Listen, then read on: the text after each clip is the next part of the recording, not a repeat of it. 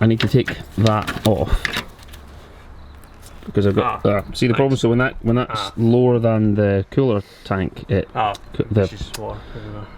Nice. Yeah, it pushes water. So that's why I need to replace with 2 new ones. Yeah, I've noticed some bits missing here in your car. You've got a bit of a headlight bolt missing issue. No. Oh. They're not. Wow. They're not. Well, that's a rattle as well. Another rattle. That's nice of that. Wow, so those are... Those haven't been there in a long time. So, I wonder if this was actually in some sort of front end impact and they've had to replace a bunch of stuff because they've got a new bumper on it for certain. It is not a WRX bumper. One of the clips looks better than the other one. There's duct tape on that side. Maybe it's track damage, maybe. Maybe it's track damage. We know about track damage. And then there's this thing. Yeah. Which looks like you might have had a scuff and maybe they just decided not to fix that. Not to fix it.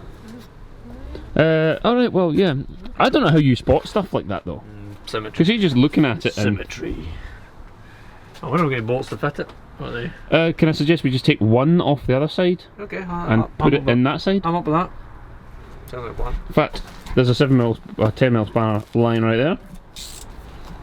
You have a keen eye, sir. The continuing saga of Subaru ownership, who forever finding stuff. But that's fixed now. One less rattle. That'll be another one less rattle. Should look like that. No, like that. The metal thing's missing.